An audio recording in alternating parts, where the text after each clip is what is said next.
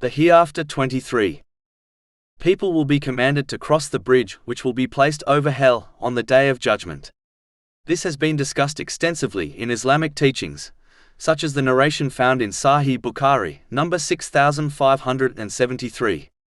It warns that extremely large hooks will be on the bridge which will affect people according to their deeds. Some will be flung into hell by them. Some will be subjected to great torture before they cross the bridge. Others will only face minimal injury from them, and finally the righteous will not be harmed by them.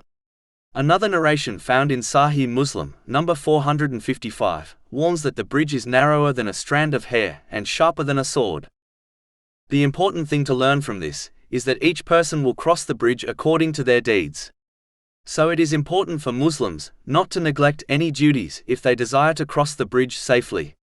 They must sincerely obey Allah, the Exalted, by using the blessings they have been granted in ways pleasing to Him, as outlined in the Holy Quran and the traditions of the Holy Prophet Muhammad, peace and blessings be upon him. One should not neglect this, and simply hope they will magically cross the bridge unaffected. In addition, the ease at which a person will cross this bridge will be a mirror of how much they remain steadfast on the straight path of Islam in this world. This straight path is the path of the Holy Quran and the traditions of the Holy Prophet Muhammad, peace and blessings be upon him. Chapter 3 Ali Imran, verse 31.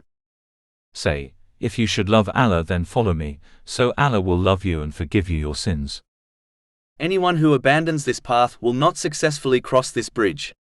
Simply put, the more one remains steadfast on the straight path in this world, by learning and acting on the Holy Quran and the traditions of the Holy Prophet Muhammad, peace and blessings be upon him, the easier they will cross the bridge over hell on Judgment Day. The straight path has been made clear in this world, so people are left with no excuses.